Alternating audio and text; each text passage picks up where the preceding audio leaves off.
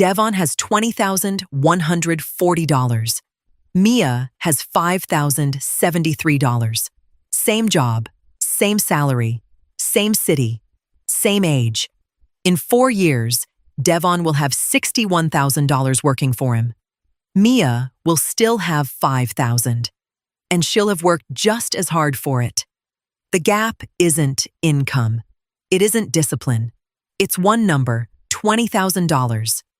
And what happens the second you cross it? 3 things flip the moment your account hits 5 figures twice. The third one is the reason most people never get past $25,000. Stay with me. Quick note, educational only, not financial advice.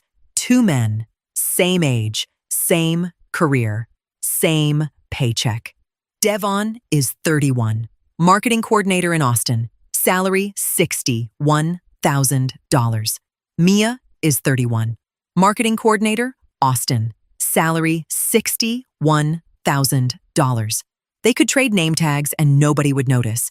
Devon has $20,140 across a high-yield savings account and a brokerage account he opened last year. He checks it on Sunday mornings with coffee. Mia has $5,073 in checking. Nothing else. She checks her balance the night before payday. Devon crossed $10,000 2 years ago. He felt it.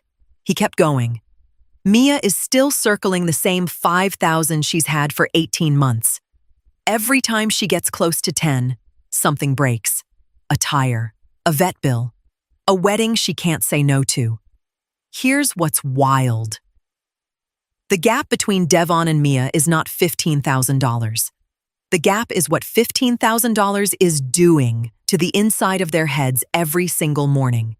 Devon is not richer. Devon is a different kind of person now, and we can name exactly what changed. Mental Model 1.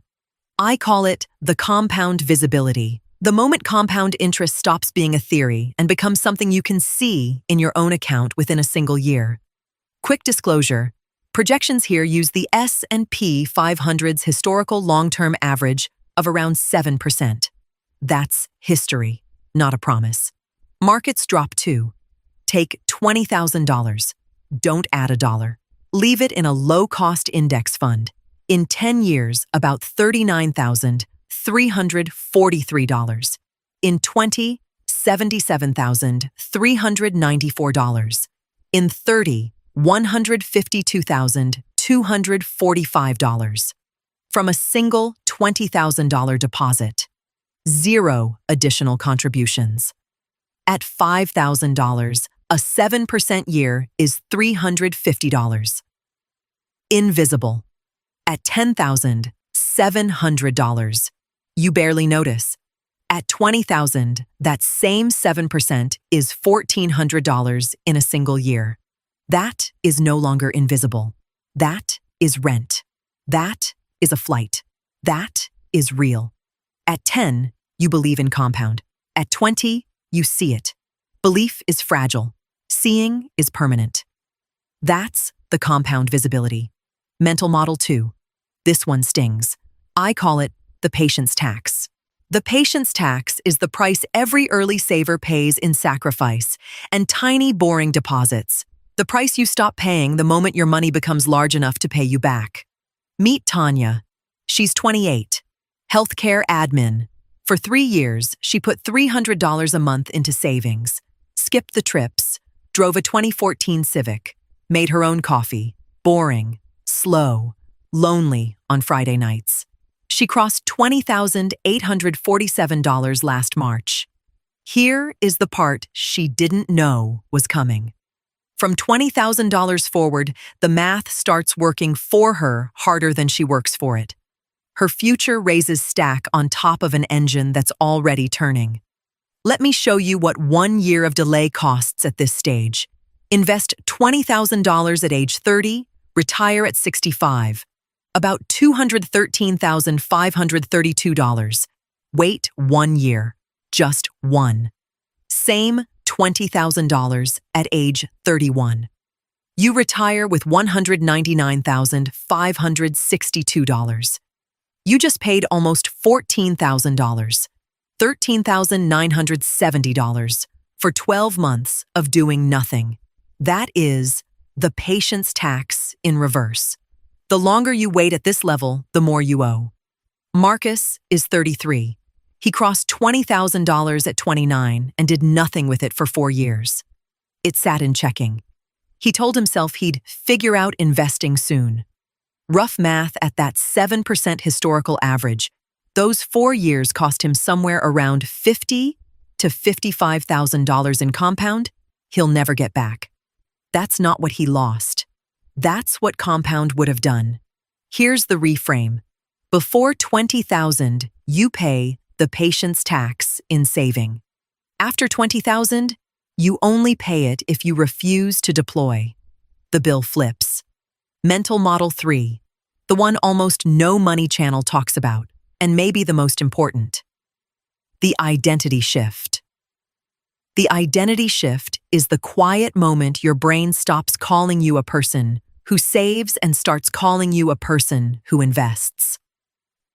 There's a peer-reviewed study in Frontiers in Psychology from 2022 on financial self-efficacy, how strongly you believe you can manage and grow your own money. People with higher self-efficacy save more, invest more, plan further, not because they earn more, because they believe they can. Belief drives behavior. Meet HYSA. She crossed $20,000 last winter. The next weekend, she did something she'd never done before. She opened her first brokerage account. She sat there 40 minutes reading every page. Her hand was shaking a little when she clicked submit. And right there, in that chair, something shifted. She wasn't trying to be good with money anymore. She had become someone who invests. Past tense, identity, not aspiration. Once it happens, every future decision filters through it. A raise becomes, how much do I invest from this? Not, what can I finally buy? A side gig becomes fuel, not survival. The identity shift is what $20,000 buys you that $10,000 only hinted at. Last mental model. The risk asymmetry.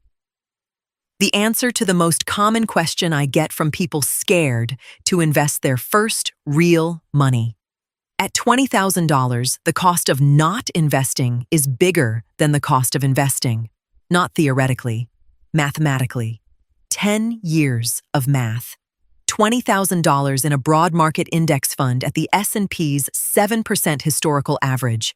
About $39,343. The same $20,000 in a high-yield savings account around 4%. About $29,604.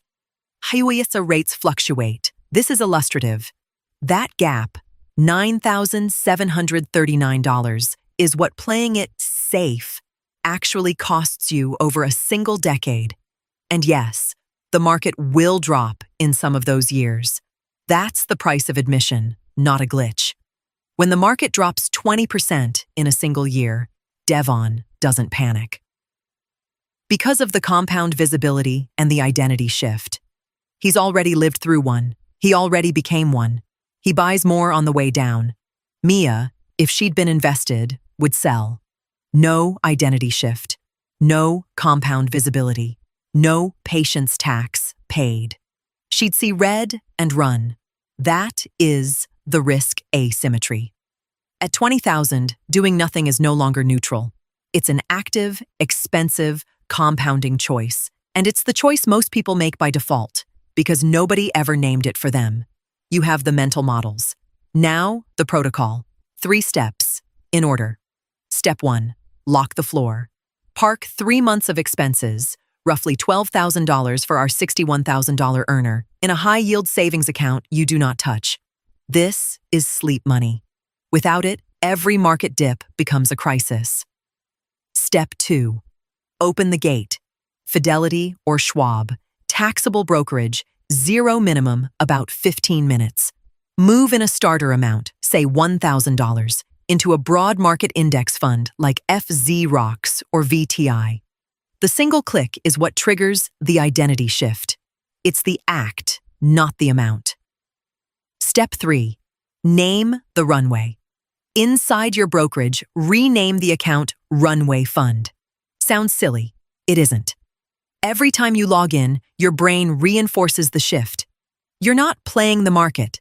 You're building a runway. Different word, different person.